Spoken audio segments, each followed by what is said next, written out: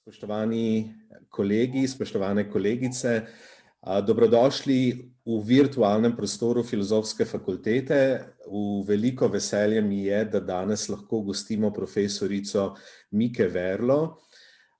Ker pa je bilo napovedano, da bo današnji dogodek potekal v angleškem jeziku in ker imamo mednarodno občinstvo, dovolite, da nadaljujem v angleščini. Welcome everyone.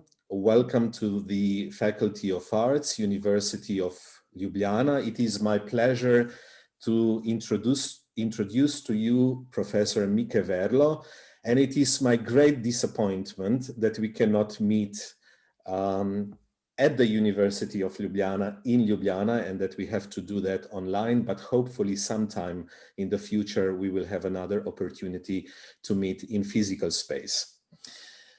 Mieke Verloo is a professor of comparative politics and inequality issues at the Department of Political Science at Radbound University in Nijmegen in the Netherlands, and she is a non-residential permanent fellow at the Institute for the Human Sciences in Vienna. Her main research topics include equality policies, gender mainstreaming, intersectionality, which we'll be talking about today, feminist methodology, including critical frame analysis, which is a method that she has developed in her research work. She has been scientific director of two large-scale EU-funded projects on gender plus equality policies. The first one was called Magic, and the second one was called Queen. And I had the pleasure to work as a young researcher at the time, which means that's a long time ago, not that long ago. I had the pleasure to work as part of the Queen team.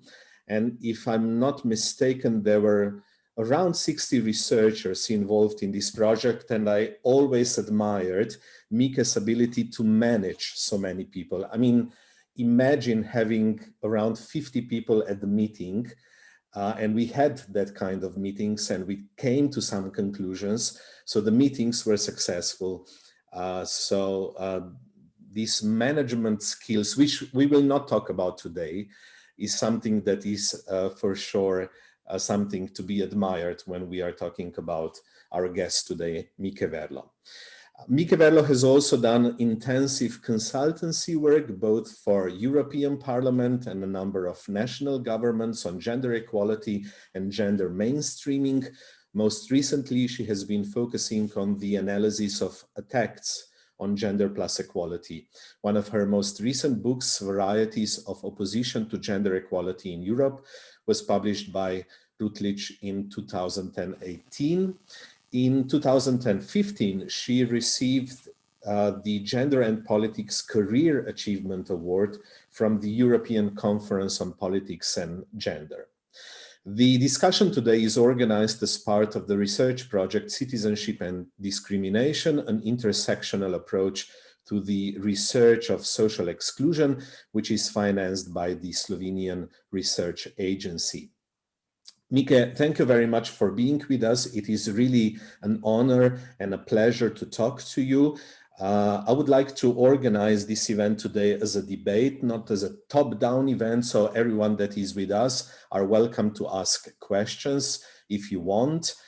But let me start with this lockdown. How are you dealing with the COVID-19 crisis and the lockdown? I mean, the way I know you is that you are constantly on the road. You've been traveling up and down Europe and beyond all the time, and now this is not possible. So how are you dealing with this situation now, Mieke? Yeah, I think I yet have to meet anyone who wasn't affected by this COVID crisis, and I think that's not different for me. It's not so much also that I travel, but that my thinking makes progress only when I engage in conversations with other people, and because that triggers all sorts of further thinking. People don't understand something, or people are from a different context, and it's all doesn't work that way where they are. So that's what I miss mostly, and this was not just when traveling, it was also something, you know, this kind of casual conversations at the coffee machine, at the coffee corner, during lunch, in the corridors, while walking to a meeting, back from a meeting, supervising students, discussing the work of students. All this is much more instrumental if you have to do it over Zoom. I think I'm not so much into instrumental stuff. I think there's a very nice sociological concept called serendipity. So I always tend to find out things, including practical things, like a new report has been published by so-and-so, by accident, it seems, because you talk to people that are similarly engaged with similar parallel topics. So I missed that. Mm-hmm. And I was quite depressed for, I don't know, 6 weeks or something at the beginning of it. Because also we had a discussion in the Netherlands about, well, it's mainly the older people that die. And these people had a life anyway. So that's not so bad. So that was hitting me very personally, like, oh my goodness, some people think my life is over already, and I don't think so. I think I make plans for the coming 30 years, and then other people think I shouldn't. So yeah, so, but I don't think this is, that it affects me is sure, that it affects everyone is also sure.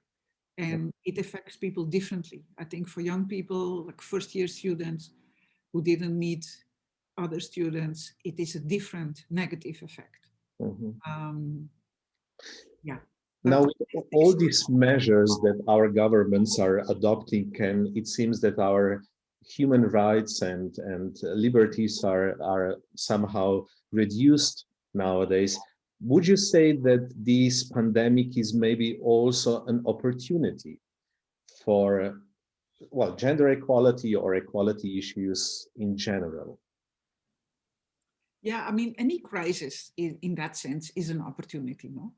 And, you know, if you're an optimist, you always think that this or that crisis will lead to better collaboration between European countries, or a better collaboration between certain political forces that care for social justice, or it will remind people how important friends are, or it's important to be kind. This is all true.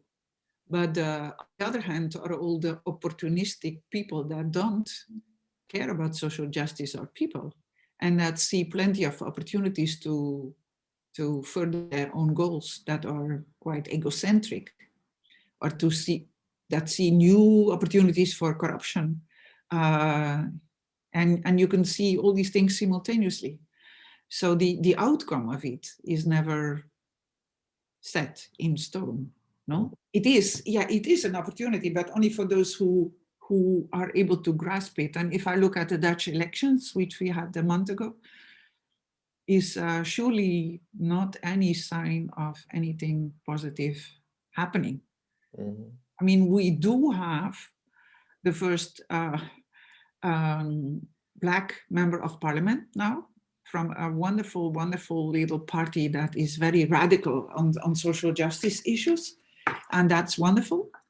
We now have a lesbian chair of the parliament from a center-left liberal party, which is good.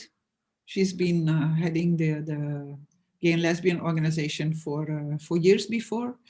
So there's all sorts of things that you can find that are good, but it's not because of the pandemic, I think. And overall, this country is still, you know, balanced towards the right, with very strong prominence of 3 far-right parties. And they dominate the media debate because they have the most extreme positions. Now, in the introduction, I mentioned that intersectionality is one of your research topics, and this is where I would like to start the debate today. You told me yesterday not to quote your old articles because you do not remember anymore what you have written, but just a reminder, about 10 years ago, and I think this is one of the results that came out of Queen, you wrote for intersectionality that on EU level, there is no evidence of political practices currently incorporating an intersectional approach to the treatment of inequalities. You also claim that EU legal framework at the time is rather just juxtaposing inequalities rather than understanding them as intersecting.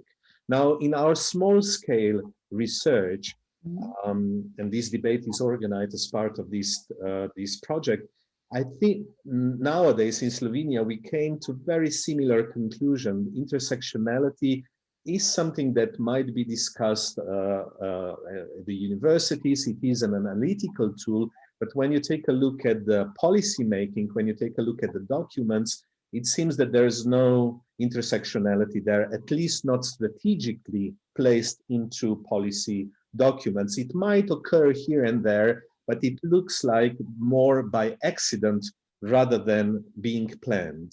So the concept has been around for what, 30 years now. Do you think it has been successful in terms of reaching what it was planned to do when it came about 30 years ago? I mean, first of all, I always think that this distinction between political and structural intersectionality is something that you always have to have in the back of your mind in order to see what's happening. So structural intersectionality means that at the level of societies, if you focus on one inequality dimension, it will not stand all by itself. It will be intersected with other inequality dimensions that specify it. I think specify is maybe the easiest word to understand what happens. So it could mean that it amplifies a discrimination. It could also be that it diminishes a discrimination, like when a person is very rich, right? If you intersect class with gender, then rich women have some advantages over poor women. And it could also be that something entirely specific happens at the crossing of those two inequality dimensions. Like that there is even, for instance, quite equal opportunities for women and men in a society, but that for women below a certain poverty threshold, this is totally not the case. And they suffer tremendously from exclusion. So then it's something that only happens to that category of women that are specifically at that intersection. So in society, structural intersectionality specifies what happens, the consequences it has for people.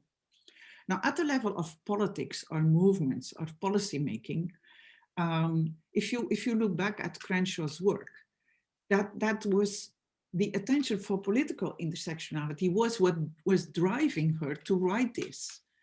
The phenomenon that in the anti-racist movement, there wasn't enough attention for sexism. The phenomenon that in the feminist movement, there wasn't enough attention for racism. And that they tended to monopolize all the attention around the one inequality on which they were organized. And that, so this tendency to reduce the complexity, let's say, at the moment that you try to engage in action or make claims for action, this is political intersectionality. And this is what I've always been trying to understand, like why, how is that done, and how can we counter it? No? And if I had all the answers to that, I could stop looking at it and just tell you how to do it, and we could all stop thinking. But that's not the case. I think this is still very salient. And this problem is still there. So in order not to get too pessimistic for myself or too cynical, I always tell myself that this has to do with the human condition, that our brains are just not big enough to grasp the full complexity of all this. And also we have always a certain positionality that makes us look at the world from our position or from maybe other positions that we are familiar with through friends or loved people or having lived somewhere. But most of the time, if you look at the feminist movement, then they have had a hard time anyway defending any feminist goal. Then to have to realize that this goal might not be as important for certain groups as it is for them, this is already hard, because you have to really believe in a cause in order to make something happen politically.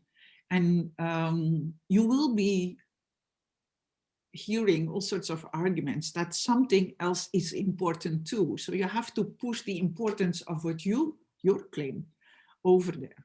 And in that sense, I think it's understandable that intersectionality then loses out. And that's also what you see. No? If you look at the feminist movement, if you look at the history of it, when you look at the women's vote and the actions to get the women's vote, people then thought within that movement to also argue for the votes for Black people in the US, that's too much. Let's first get the women's vote, then we can do that too. But if we do that all at once, we will never get anywhere, will not get anything. And so that's of course, like it's an argument that you can see has some reality behind it. Is the same way why the women's movement often dismissed lesbian issues. Like, oh, but that's too radical. We cannot do that. They will think we're a strange kind of people. Mm-hmm. We want to be normal people, asking for normal things. And so this is always still going on. Mm-hmm. And so at the level of the European Union, the basic structure is still that you see there is a plan for gender equality, there is a plan for race equality, there's a plan for LGBT equality, there's a plan for disability equality, there's a plan for this and that. And at the moment, I'm trying to analyze the newest ones to see what they do with intersectional issues. But I'm not too overly optimistic about it. And if you look at the biggest one, which is the European Women's Lobby, the biggest force driving this at the European level, then they have a history of acting quite badly on intersectionality. And in fact, back then, when the term came up after my 2006 article, I have done a training with the European Women's Lobby when Mirja Vasiliadou was in charge there, because she saw the value of this, and she was also behind the efforts with other people to then start the European Network of Migrant Women as a separate one that could be collaborating with the Women's Lobby, so that a particular intersection was not forgotten. But in the overall discussions with members of the Women's Lobby, the argument then came to, but half of the world is women, and all these other groups are just minorities. I mean, that's beside the point, right? To have a polity that has equal citizenship rights for people, that gives people the same capabilities to have a good life. It doesn't matter how many of them there are. And, yeah, so that's, I think, still an ongoing issue. And I think to a certain extent, you see with the crisis that the usual reflexes to where the hegemonic groups, let's say, dominate what happens, that's still the case, no? I think most of the vaccines have predominantly been tested without paying attention to sex differences, without paying attention to other differences. So they leave out age, they leave out sex because it gets too complicated. So they take a bunch of people, they throw them all in one box, and they take conclusions from that that are to a certain degree valid and to another degree flawed.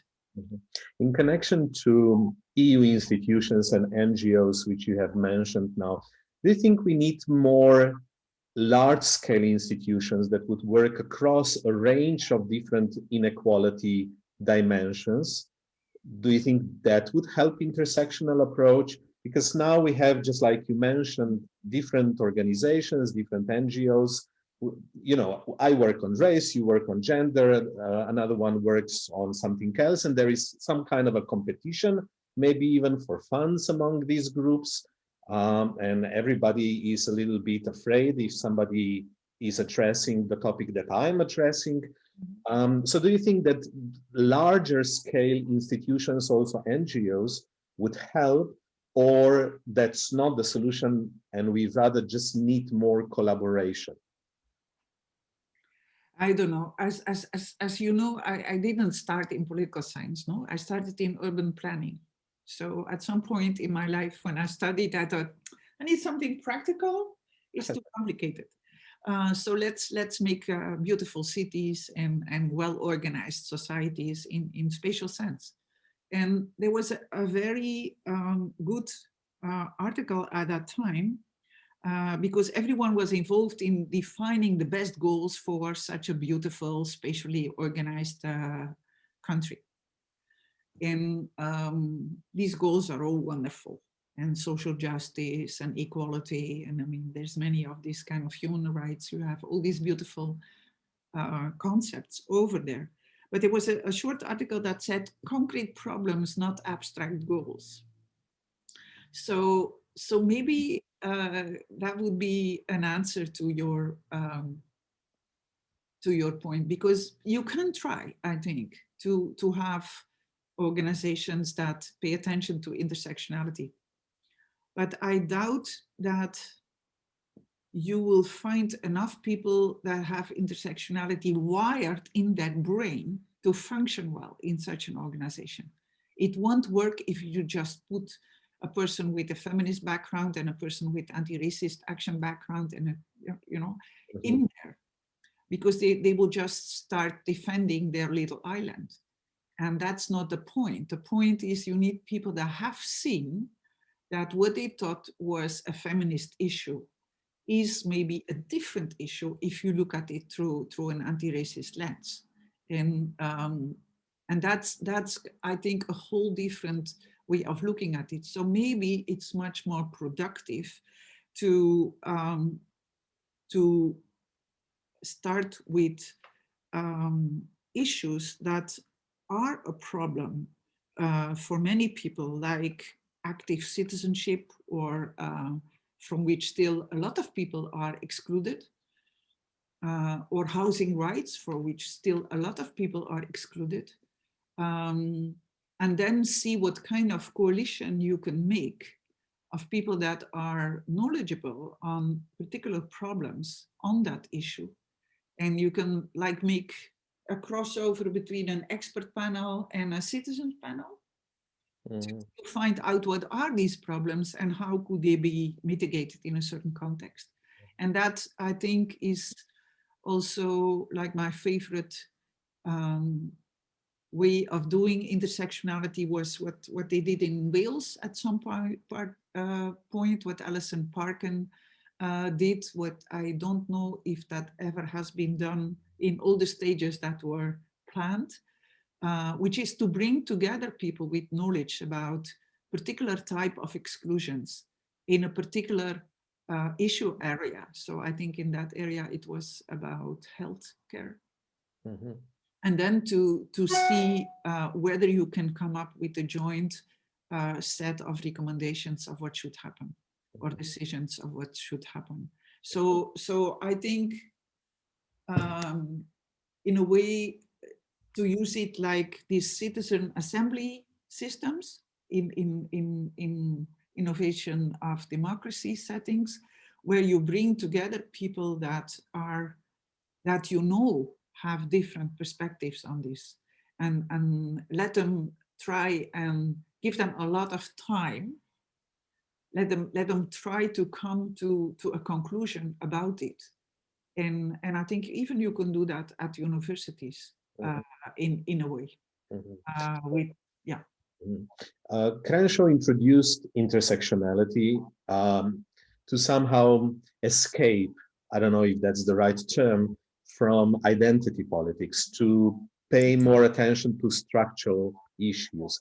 How successful would you say this escape was?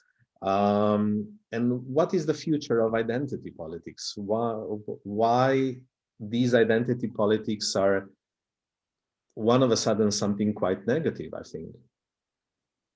Well, I think identity politics have always been, I think I've always seen them as a flawed version of what should happen. And I think in gender studies in the Netherlands, we had very early articles arguing against that. I mean, from the beginning in my course on politics, power and gender, there was an article against identity politics, warning that this was not going to end well. And but sure, this let's say identity-focused understanding of intersectionality is still quite dominant, and I don't like it at all. So I think it is because at best, it's very prominent in organization studies, it's very prominent in many subdisciplines, and then you see one more research again showing that people are indeed positioned at the intersection of different inequality axes. Yeah, that's true. But we know that, right? We don't have to prove that. We have to prove why this, or we have to try and understand and analyze how this inequality axis can be so pervasive and how they can be so continuing even when policies or politics or regulations are trying to go against them. And so this is, no, I mean, sometimes you don't even know how to react. No, I saw Monsieur Michel saying very proudly around the 8th of March that the European Union would not accept any unequal pay between women and men anymore. It was unacceptable. Yeah, I think that was the case in the 70s already, right? And that's more than 50 years ago. So the point is not that it is unacceptable.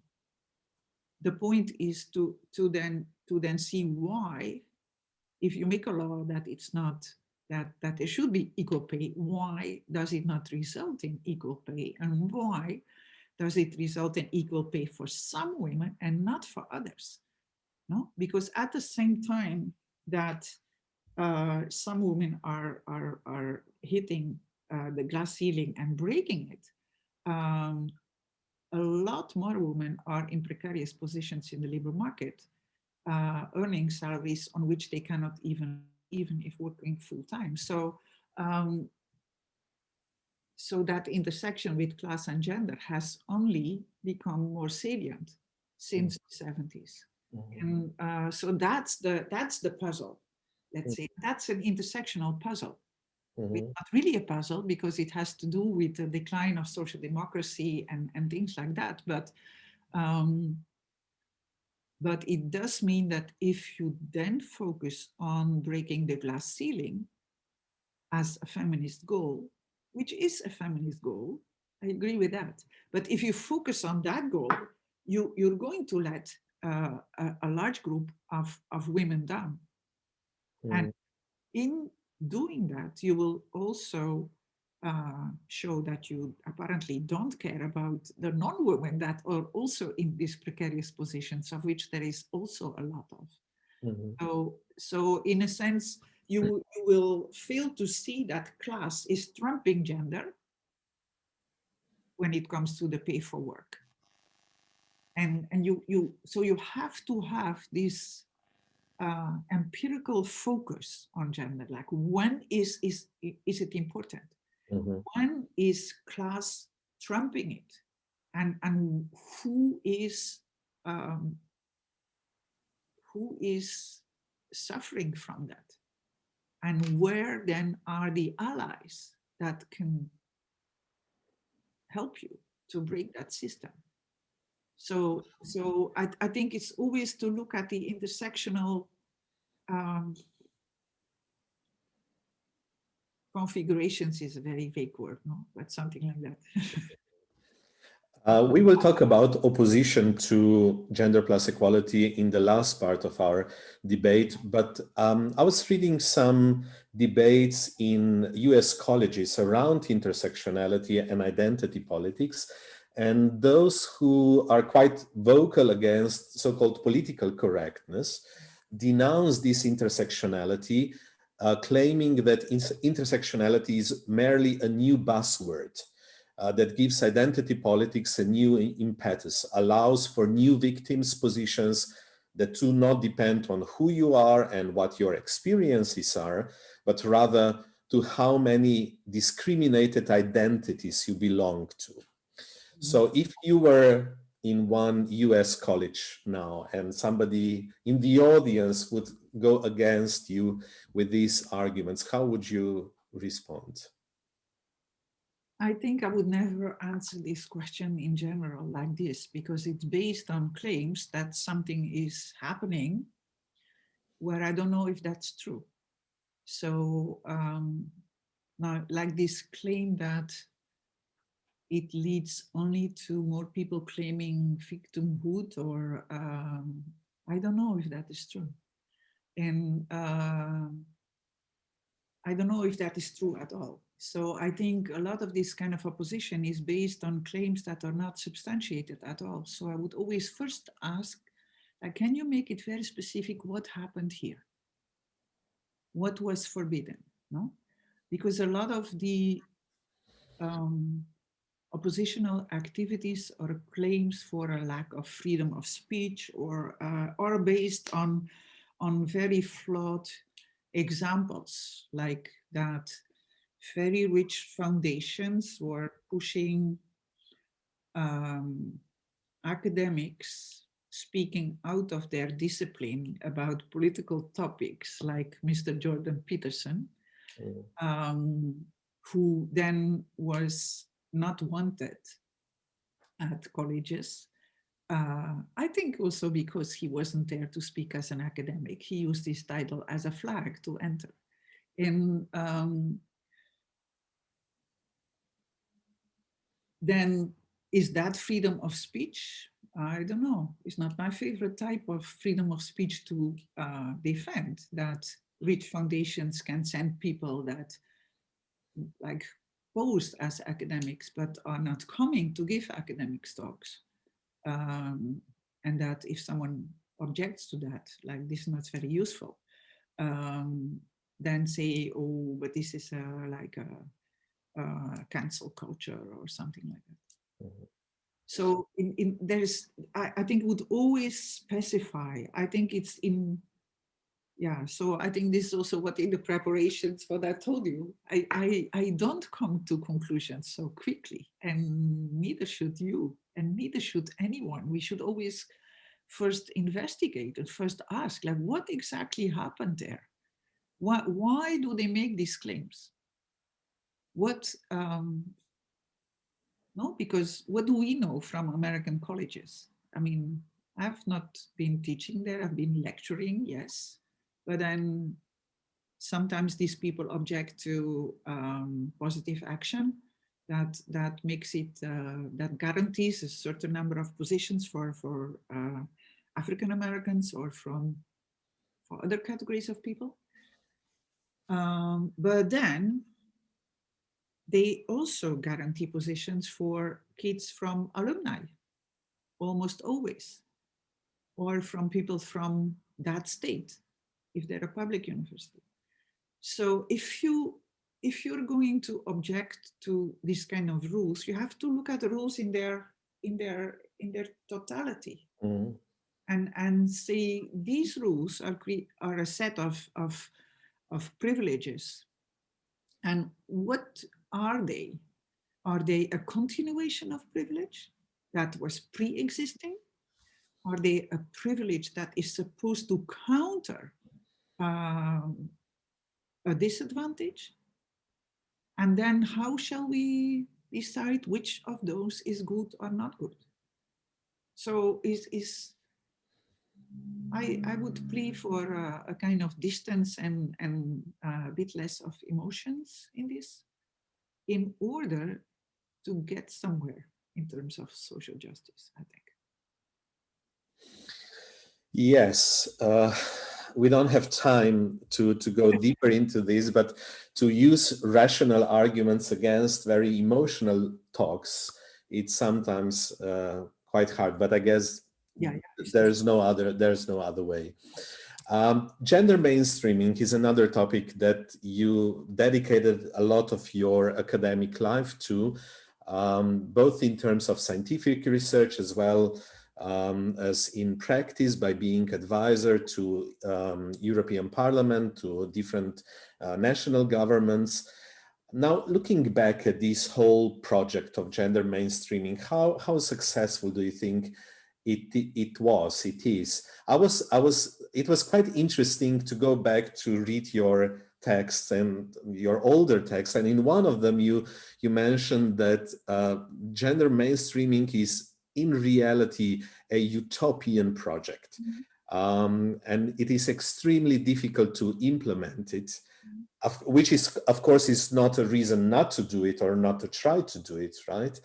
And then you also mentioned your dear colleague Sylvia Wolby, who argues that the success in Sweden with gendering their policy-making processes came only after a percentage of women in decision-making reached more than 40%, which leads me, of course, to the old question about quotas and do we need quotas in all areas of public life. So what is your view on this now, after all that you have worked on gender mainstreaming?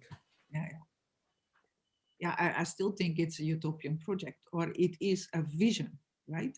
It's a vision, and it's a vision that flips the prognosis on the diagnosis that there is a sexist bias in society, in the way we have organized society. If you make it intersectional, there's a racist bias in all these too. So if we want to make progress, then we have to undo that. So we need to, you can't undo the systematic sexism and racism and homophobia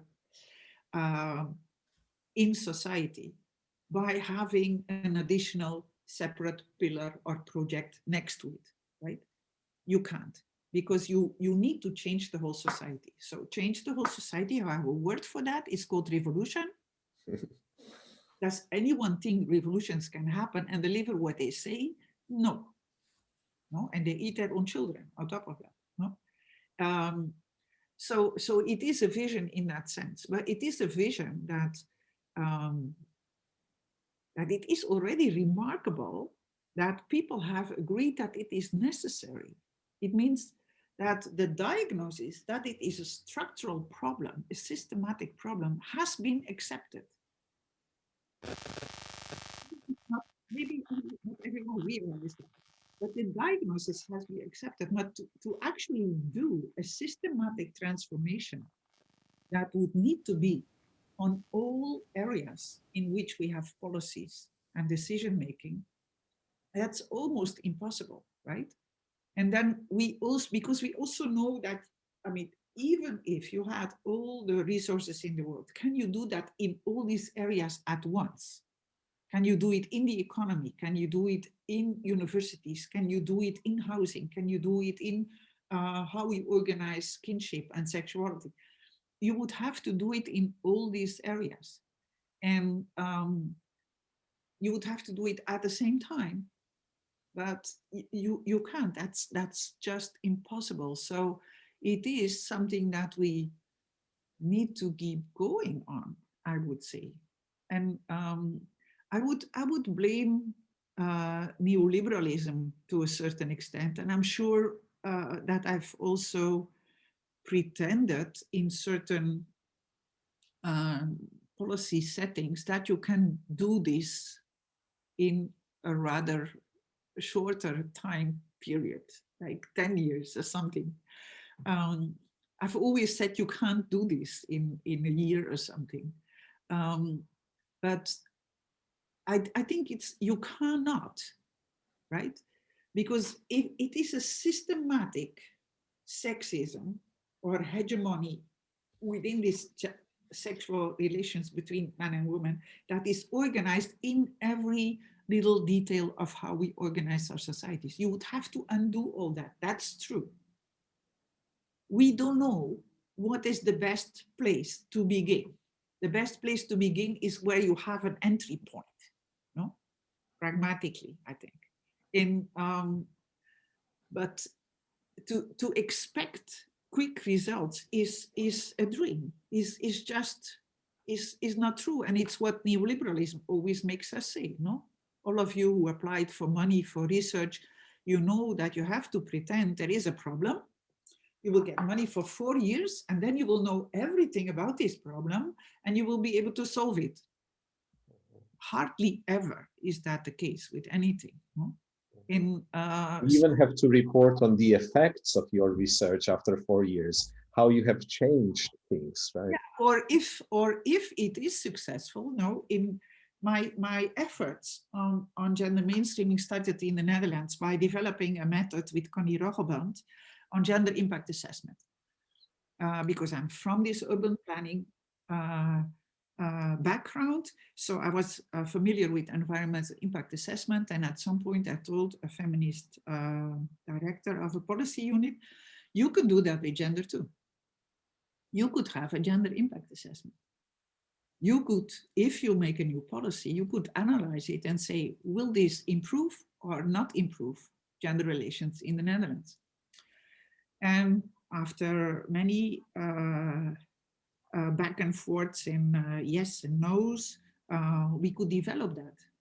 And we did. And it is a good method. And it has been used 24 times.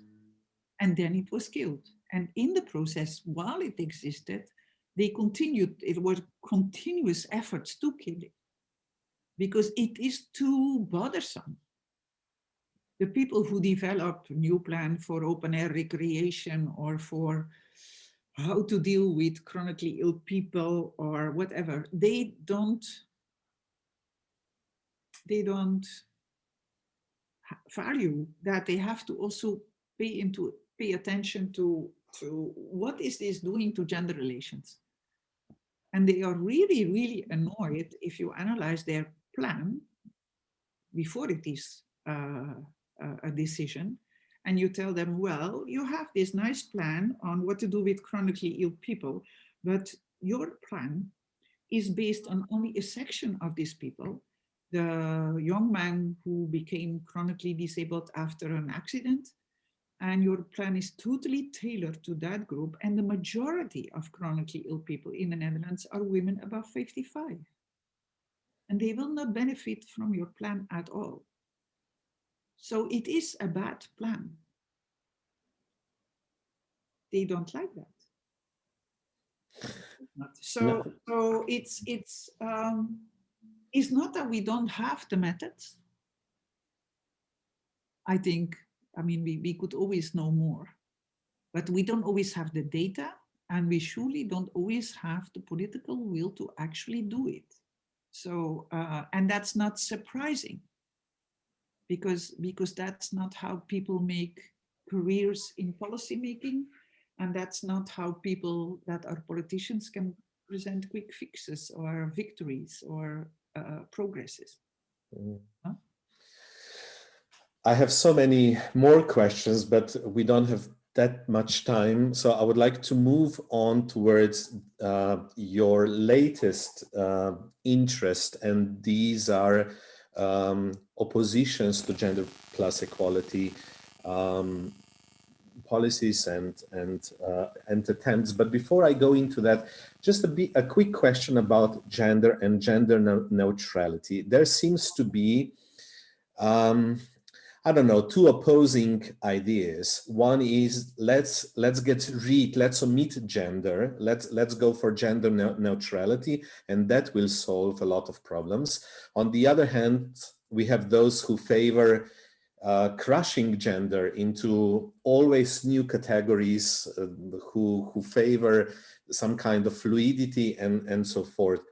And I think the bar I'm thinking about, of course, the typical example, which is quite often mentioned, which is Facebook with a lot of gender categories, and market in general. It seems for a while, I didn't do research, maybe it's just my impression, but for a while, and the time when I was growing up, but for a while it seemed that the idea of unisex was quite popular and promised something, but now I have a feeling that we are going backwards. I just learned the other day that we now have two different kinds of Kinder Surprise for boys and for girls. For boys, it is with a toy that you have to make up yourself. For girls, it's already made up. There's nothing you can do. It's already pretty and that's it, right? I don't remember Kinder Surprise being gendered when I was growing up, but I might be wrong. So the question is about this dilemma, what to do with gender. Before we go to the opposition, what is your position on this, or your view on this? Yeah, it's a good question. And I'm from the time that Lego wasn't even gendered, right? So, and I'm from a backward village where you couldn't even buy Lego. So it's kind of, yeah, I think it's, I think the example with this kinder eye, no? This is the, I think, yeah, we also call it Kinder Egg, actually, in Slovenian, but I checked how is the original name, and it seems that's Kinder Surprise, but I might be wrong. I don't know. Yeah, so this is just one example in the ongoing gendering of society, let's say. The ongoing pervasiveness of markets discovering that they can differentiate and increase their markets. Because if they wouldn't do it, it would be, and then you will have actions against that, no? As you have with clothes. I think the 70s are always heralded more as a unisex kind of period, where kids were just wearing clothes, dungarees and other practical stuff. And so, yeah, I'm not God, no? So I cannot, I don't have to make a decision whether to make everything unisex or to differentiate in 100 categories. I think what we do see is that we see a simultaneous movement towards ongoing differentiation, mostly on the basis of binary sex, with a lot of protest against this being binary and a lot of protest about this being so pervasive or nonsensical, let's say. Like, why would t-shirts need to be differentiated for girls and boys if they're like, don't have any breast, neither of them? I wouldn't know. And why would it then need to be shorter and tighter and have shorter sleeves for girls? It's nonsensical in a way, physically.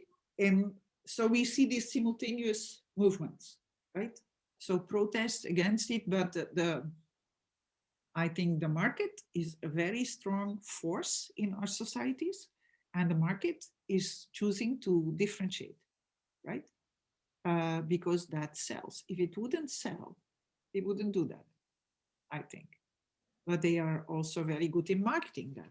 At the same time, we see that because this also means that the binary understanding of gender then becomes ever more dominant, we see a growing protest of people that feel that they don't fit into these binary categories at all, right?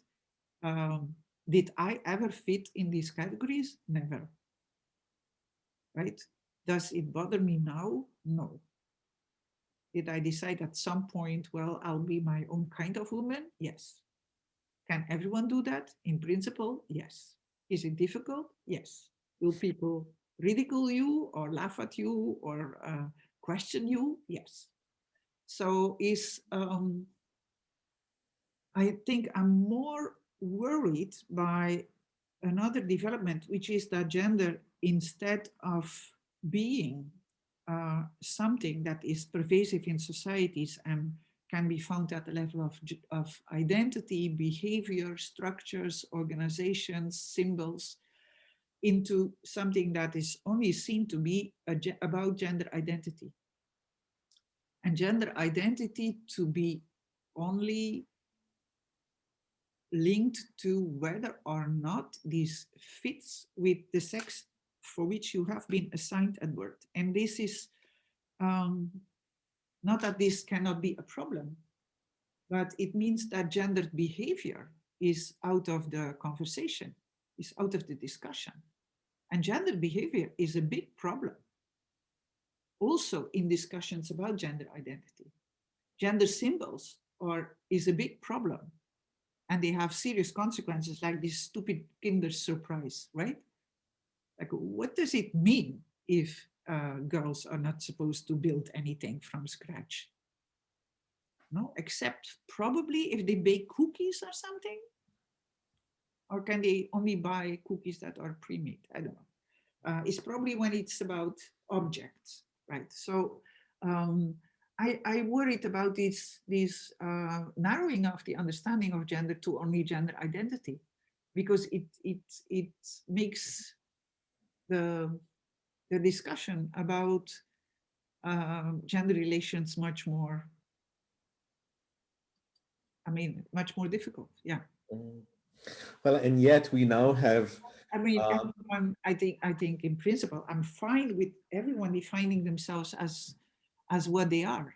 And it's like the discussion, I think Slovenia has this gendered language as well, no? Yeah, very much so. Where you have 2 words for students, for male students and female students. And so if you recall the debates about that, you see that you can take 2 feminist positions about that. You can say, and this is what the Dutch did, like if you have a special word for a nurse that is a female nurse or a male nurse, you're going to accentuate this all the time. It's better to have a neutral word that applies to both. The Dutch has like this in-between language that's like vaguely specific, but doesn't need it really. So then if I look at my Spanish colleagues and my French colleagues, they say you have to have the specific form because it makes it clear that also women can be ministers or Madame le Ministre in France. I like that example. There's something to be said for both positions in this, because both can work to reproduce unequal relations and work to bring them down. So I don't think there is the same with a concept like non-binary. It can flag enormously that there is more than the binary, which is very, very good. It can also like get perverted to the point that if you're not non-binary, you're a classic feminine female supposed to like pink and pastel colors and what have you. So, and that's of course really bad, because we would like this category of women to also be more heterogeneous. Because why would it not be? Why would it need to be so narrow? So it's not these words will never solve the problem, I think.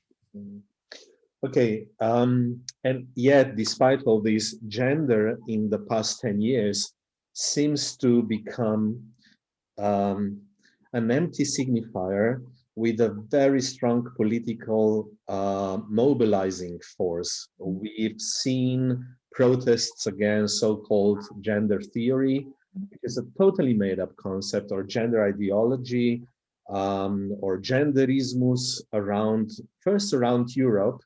Interestingly enough, not only in Eastern Europe, but also Western Europe. Now we see it globally, South America, Africa, elsewhere. And this is one of the phenomena that you are researching in these recent years. How do you see, I mean, how can you explain, I think it was 1 million people in France organized by Manif pour tous that were protesting, well, concretely against marriage equality, but there was a group of people holding a banner, "Stop Gender Theory." And we have seen these kind of images, these kind of scenes around the globe. Yeah. Why now, how do you see this opposition to equality? Because, I mean, opposition was always there, but it seems that this is a new chapter now. Yeah. Yeah. Yeah, what would classic social movement theory say about that, no? So they would say, look, if there are any real grievances, look at resource mobilization, look at political opportunities. And I think you'll find some of the answers in all of that, no? So if you look at real grievances, then you said already, like, I mean, homophobia is nothing new. We don't know if it's worse than it was before. We know it's been there for a long time, and it's no surprise because our societies were organized totally around homophobic rules. It was criminalized. Gay and lesbian and bisexual people found it hard to organize their life in a way that they thought they could have a good life. Information was hidden from them. They were ostracized, and so on and so on. So there is grievances, right? But yet in France, they mobilize. In the Netherlands, they didn't, no? It's not necessarily the case that people in the Netherlands are less homophobic than in France. What is surely the case is that there were strong mobilizing forces in France to organize these manifestations, to mobilize these grievances, to elevate these grievances. It's 17 hours. Sorry, that was my computer. To mobilize these grievances and elevate them to the level of a serious problem that you don't have to be feeling bad about, that you have any right to have that grievance. So, and this is surely also, many people have shown that in France there were strong mobilizing forces from the far right, from Orthodox Catholicism, mobilizing this to make a show out of it. And were the political opportunities there? Yes. So social movement theory would say also, like, it's also no surprise that the strongest manifestations were in a country that doesn't talk to its citizens, which is France. Because the French only can go to the street, right? The Dutch can start a new political party that can come in the parliament and make a big fuss about whatever it is that they're thinking there, even if it's totally racist or even if it's radically on social justice. So that channels this kind of grievances in a different way. So people have some hope that maybe they will change something. But in France, it was the same with nuclear energy. It was the same with all sorts of social issues. People only can go to the street. So I think for me is like not a surprise. I think the forms, and David has written about that also, David Paternotte, very nicely in showing that there were very innovative ways in which this has been organized.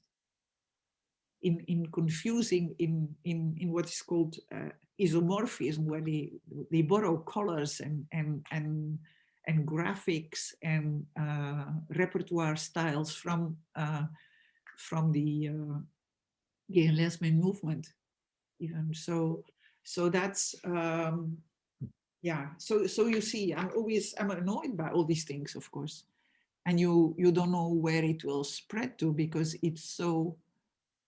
There are strong mobilizing forces underneath this, and then it is surely only going to increase in a political climate that is profiting from ongoing polarization, and that doesn't favor any dialogue among people.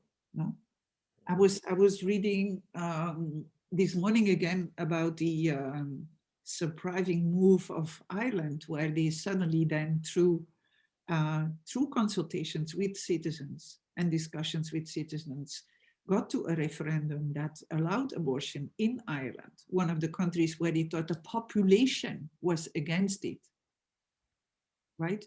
But when the population had a chance to talk about it and discuss it, they weren't, right? So that's kind of, in a climate of polarization, there's no such option of talking and understanding and seeing what you really think. There is a mobilizing going on, like targeting hunches that you have, or unhappy feelings, or hesitations, and they're transposed into direct political action without further creating further space for thinking. So I think this climate of polarization is more something that I worry about than this exact like manifestations of it. And I do not think that the solution will come from increasing polarization even. I mean, of course, you have to act against these people also, right? You have to act against such political activities, but this is not going to, yeah. There is a question coming from Vlasta. Yeah, I just wanted to open the floor because Siri has told us that it's 5 o'clock and the time is running out. So I would like to invite again everyone who's with us to join us. If you have a question, you can either raise your virtual hand or ask a question in a chat, or just start talking and we will hear you. So the question by Vlasta Jalušić is, well, she has a comment. Don't you think that alt-right and anti-gender theory movements are using intersectionality in a very effective way? In fact, taking over the left strategies, concepts of hegemony, etc. Yeah, if I may add now, when you open the floor, Roman, hi, Mieke, great to see you. I was just, yeah, I was just thinking now when you were talking, and I was just reading this excellent book of Angela Nigel, Kill All the Normies, which is a great, we have it also in Slovenia, and it was translated in Problemi. And she puts forward some of these issues. But also I was recently dealing with the concept of crisis, and it's just amazing how effectively the right movements appropriated the concept of crisis, which was always I would say, Enlightenment, Marxist concept. So when the crisis comes, there's a chance for the revolution, there's a chance for change. And now we have this, the crisis is here, so we have to manage it. And we have, you know, all these state measures, especially, you know, with the connection with COVID, but even before. So I see this, and I'm wondering, are we really so incapable of, you know, taking these strategies and concepts back? Mm-hmm. Mieke, any thought on that? Yeah. Yeah, in your question, you refer to intersectionality. This, I don't know. What is surely the case is that, and I'm writing or finishing a piece with David Paternotte about that, or David and me are doing that, on unpacking this strategy of cultural Marxism that the right is borrowing from Gramsci. First of all, to diagnose what they think is the problem. And the problem is that the left has achieved a cultural hegemony in society. So Gramsci should be very pleased, if he were still alive, to see that, you know, this has actually happened, which is, I think, not really true. But this is their diagnosis. The left has taken over culture and academic institutions, and that's how they have achieved dominance in our society. And the prognosis, so the call for action, is for the right to take over these institutions and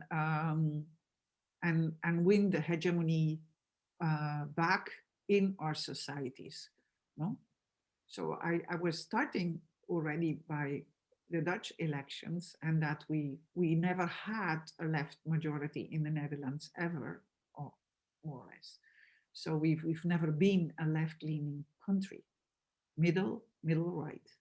Middle, left, middle, right. But never a left majority. So it's so as with this question from Roman, my reflex would always then be like, yes, they claim that the left, or what they call social justice warriors, which is one of their tropes to link all these people together intersectionally, the feminists and the gays and lesbians and the trans people and the anti-racist people. They claim that these people have hegemony. No, I mean, did you ever meet a feminist that really thought they had hegemony anywhere? I mean, on what would you base such a claim? It's just not true. It's the same with the gay and lesbians or the anti-racist movement. Where in Europe would those people have the hegemony? They just don't. So they construct a successful story, right? There's a successful narrative that says that their opponents are in power, and now they have to take power back, right? And that because nobody's ever questioning their assumptions, they get away with that, and it's I mean, it's there forever. If I look at the Netherlands, then people like Wilders and the people behind Wilders, like Martin Bosma, already from the beginning of that party, were arguing against the left church, who was in charge of everything, apparently. Seen from the left church is not the case. Seen from the left church, I had to work very hard with lots of other people to have something like gender studies in universities, and it's never been a piece of cake. It's always been a hard struggle that can be destroyed any minute, as you know. So, and we didn't even begin to make an opening for the anti-racist struggle and the decolonializing struggle in our university. So is a totally false claim. But what is true is that they're using it as a strategy for what they want. And it's not a reactive strategy against social justice people. It's a vision of a future in which there is no space for critical thinking anymore. So I'm really worried about the strength of that vision. And they really have stolen everything they can from left thinking to then bend it so that it means something else and they can use it for their purposes. So yes, they do use Gramsci. And if you look at what Orban is doing, I don't know, if people know Bela Gresković's work, No? Because Orban did a master thesis on Gramsci. So he knows all about it. And what do we see him doing? We see him taking over civil society. No? We see him actively pushing fake civil society to be there so that it can be used for his purposes. So these are very, very strong and dangerous visions, I think. So, and I think also now I understand better this intersectionality. No, because that's also indeed what the Dutch radical right, if you read their letters or their speeches, you see that what they argue is that feminists are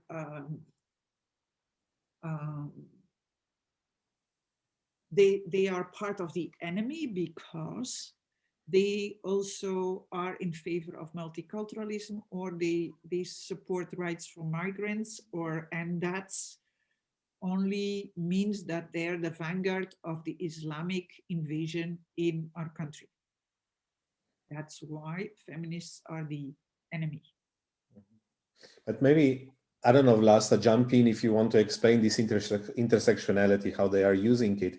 But it's maybe not all feminists. If you are reading the text by, for example, Catholic Church in these debates about gender theory, there are also good feminists, those who are not trying to destroy the femininity and masculinity binary, but rather those who are trying to establish some kind of a relationship between men and women, as long as men and women are separate and specific and so forth.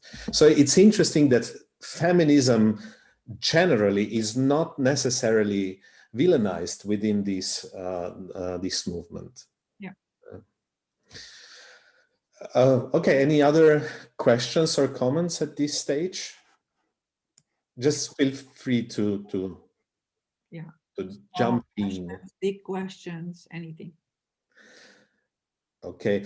While we are waiting for the next question, you have mentioned our dear colleague David Paternotte several times, and one of the latest texts that you have written together is on political science at risk in Europe, and you were looking at what is going on as a consequence of all these movements on the level of universities and with scholars around Europe.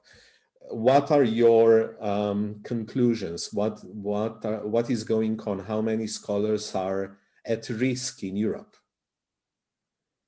Yeah, this is hard to say because it's also, but I would say, first of all, everyone has to raise their defenses because it's a real, this is a real danger. It's part of this vision that they have, that universities are important and that they're trying to set up alternative venues of knowledge production, like Steve Bannon did in this brave Italian village that then managed to deny him access to this convent that he had achieved a contract with to start this university. But we do see all elements of the far right engaging in such activities. So Mr. Baudet from the Forum for Democracy in the Netherlands, one of our very bad far right parties, he does hold summer schools. And the knowledge transferred on gender relations is very much on the men and women are different and complementary kind. So they definitely engage in activities, and we had and now that they're so strong in parliament, we had also this personal targeting by invisible enemies of migration scholars, especially, who found a sticker on their front door at their personal home address. And the sticker is from an organization called Vizier op Links, so left in the crosshairs, right? And it means we know where you live. And if you recall Budapest, where Jewish scholars were finding stickers on their door, like this is a Jewish person. This is not Orban doing it. This is not political parties doing that or a government doing that, but it's sanctioned by what they do. And it's surely then not taken serious enough by people like, how will you be protected? So if you're a rector at a university or a dean at a university, maybe you should think of how you can protect your people. Because this is definitely serious. The ECPR, the European Political Science Organization, announced yesterday that they are working on a program for scholars at risk, and I think this is necessary. So I think increasingly, so it begins small, of course, but I think we have to take all these things serious. So it begins also with young students who are somehow feeling affiliated with Baudet, especially, because then asking like disturbing lectures or from gender studies or other things. So it's kind of, and I think you can always have a different opinion and ask questions, but it should be some respect in all these things, and it should be non-threatening from the teachers and also from others. So yeah, I think it's unfortunately is not that it's very serious everywhere, but it's definitely a trend. And if you see governments already kicking out universities, if you see what the Polish colleagues were saying, that all sorts of vague Catholic theological journals are added to the serious list of journals that can give you points if you publish in them. And then you can't do anything about that. You can't like turn that decision around and say, but this is not a serious journal at all. It's just meant to be able to hire people that publish in them. So I mean, I've tried also to make my university see the problem, but I wasn't successful so far, I think. Now that you mention the rectors, we have, as you know, rector elections next week. And interestingly enough, because of some events that took place in the past year at the University of Ljubljana, gender equality is now one of the topics, one of the questions. From your experiences, what can a good rector's team do for gender equality? And maybe you can connect it with another issue, which is gender equality plans, which are now being adopted across Europe because European Commission demands or will demand in a short period of time that the institution which is applying for the funds as part of the Horizon Europe funding scheme will have to have a gender equality plan adopted. Now, it is a very top-down approach, I would say, which can result in something good, but it can also result in having nice gender equality plans on paper checked, yeah, but there will be no real consequences out of it. Yeah.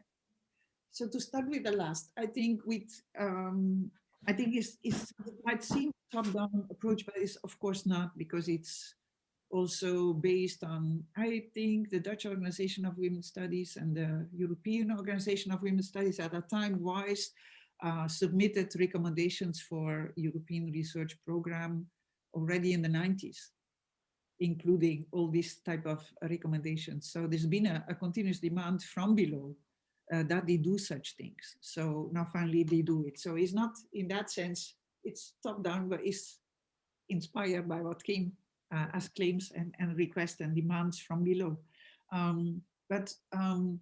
It's good to, I think my colleague Anna van der Vleuten has a very nice concept for that. It's called pincers, right? So a gender equality plan is this, it doesn't do nothing. But added with pressure from local places, it can pinch something. Without such pressure, it's nothing. Mm-hmm. So if a rector should do something, is first of all to have such a plan, and I know you have it. I happen to even know what is in it. But it also, it needs pressure from people about stuff, about sexual harassment, or about appointing people, or about space for gender research, or about, there's so many demands that it can work on. But if there is no such pressure, it will not result in anything. I know from my own university that this single fact that there is now a need for a gender equality plan, it results in the fact that all these people that help us writing proposals, well, unfortunately, we spent too much money on hiring people to help us with writing proposals. And you can only dream of the number of research you could do with the money of all that. But these people are already up in arms, like, oh, where are the experts that can tell people how, there is no plan at this university. Oh, we're really bad. How can we make such a plan? We should make such a plan. And then we say, well, we have experts, talk to the experts, let them meet with the board, blah, blah, blah. So it does increase the status of gender studies at my university for pragmatic reasons. Mm-hmm. They think, in Europe, they think it's important.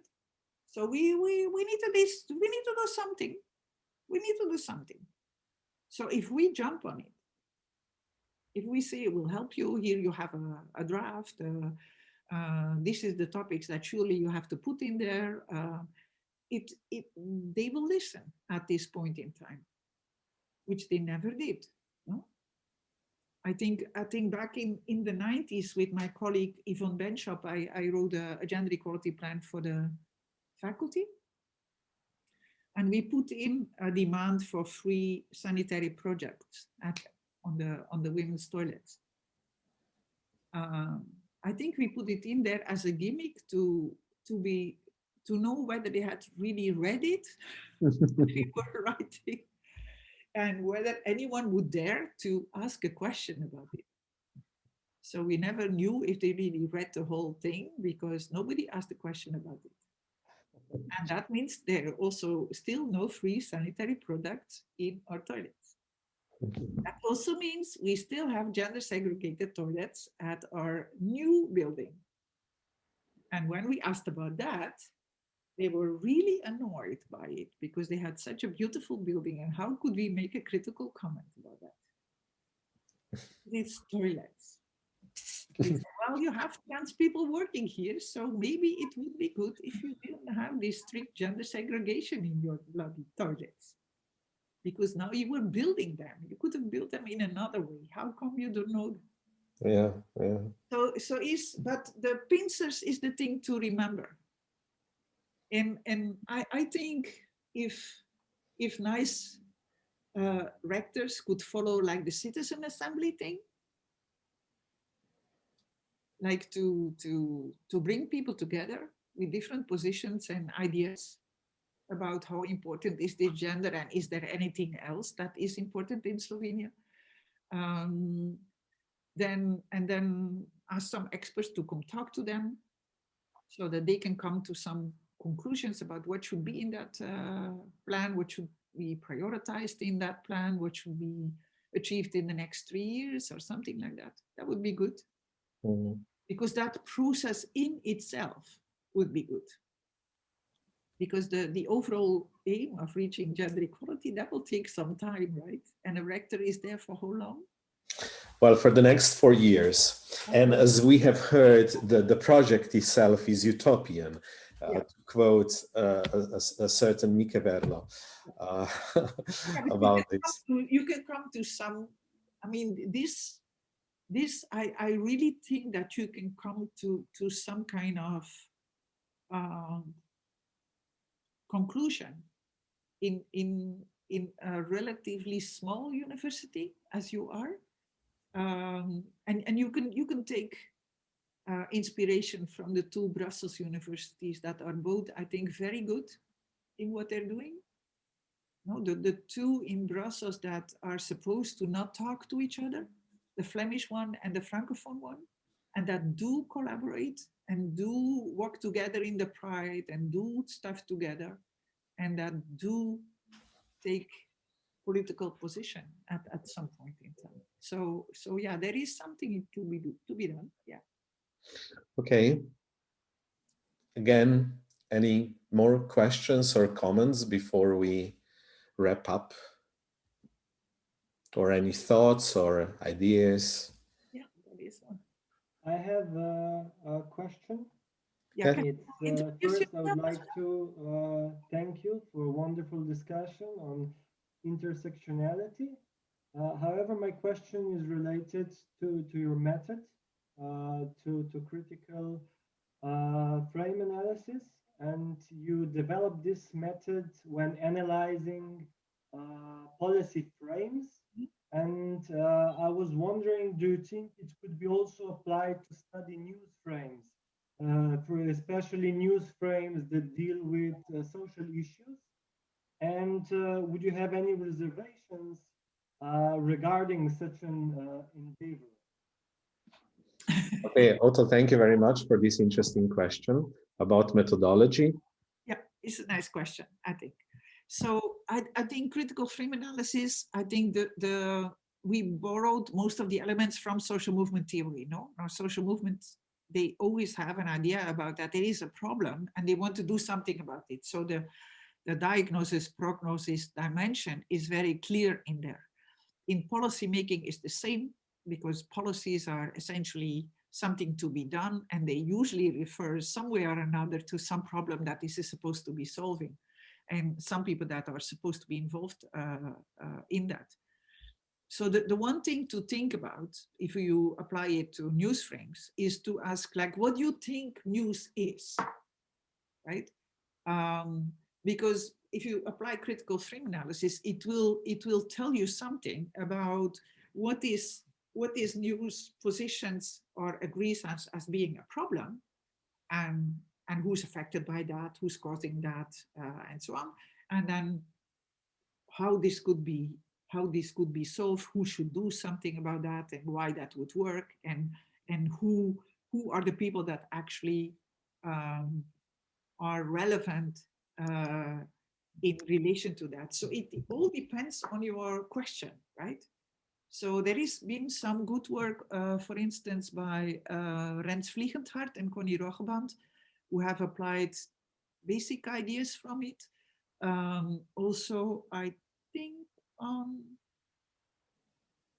news frames, because you see also that social movement scholars, they have used lots of news data also to see, like, what did the news pick up on what is a problem. So if you then contrast it with what certain movements think, or what is a dominant position in society, that can make sense. But it all depends on what is it. So tell me, what is it that you would like to know?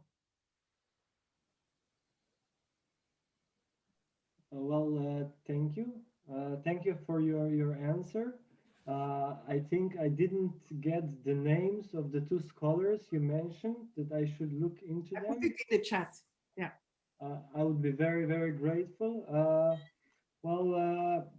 I was just thinking, because I'm doing a PhD on media representations on old age and aging, and I have separated the news articles that deal especially with issues that relate to older people and aging. So issues that affect older people. And now I'm thinking of applying your, a bit modified, but in general, your methodology on critical frame analysis, to see what are the problems and what are the solutions being presented, and which solutions are absent and which problems do not make it to the agenda. Thank you. Yeah. Yeah, I think it's a very good idea, Otto. It's a very good idea. I look forward to your results. So go. And don't just one thing. Don't hesitate to simplify it or to like make so to change it so that you can use it, but also write down precisely what you changed and why. Thank you very much. Okay, Otto, thank you so much for your question. Any more comments or questions? If not, then we've been together for an hour and a half, just like we promised. It was very quick. Mieke Verloo, thank you so much for taking your time, for sharing your views and ideas, for well, explaining the current situation, which is not very optimistic, I would say, but nevertheless, thank you for having this spark that we shouldn't give up, and that the work, both in terms of researching but also activist work, should continue towards the utopian goal. Thank you very much again, and thank you very much to everyone who joined in and took time to listen to this debate. Thanks. Yeah, and well, thank all of you. I'm of course now very curious for what all of you are doing, and unfortunately we cannot have a coffee afterwards so that I can ask you, no? But maybe we can organize something like that another day, where you all like write one page about what it is that you're doing, and then we have a discussion about that. Yeah, this is what is missing in Zoom meetings. But maybe this is a good opportunity to promise ourselves that we will, when we can, organize another debate or meeting at the faculty with coffee, explaining what we are doing and where we are heading to. Yeah, all fine. And in the meantime, I wish you all the best of luck in these times to get through it, and and I hope we all at some point get vaccinated and get this virus under control somehow. I mean, it's clear that societies find it very difficult to do that. I mean, I'm in a well-organized country that doesn't seem to be able to organize vaccinations. So and I mean, the countries have different problems, but they all have problems one way or another. Overreacting, underreacting, whatever. So but one day I will come to Ljubljana again and enjoy this wonderful city, and it's good food and it's nice people. And in the meantime, have fun. Don't forget that, and keep thinking.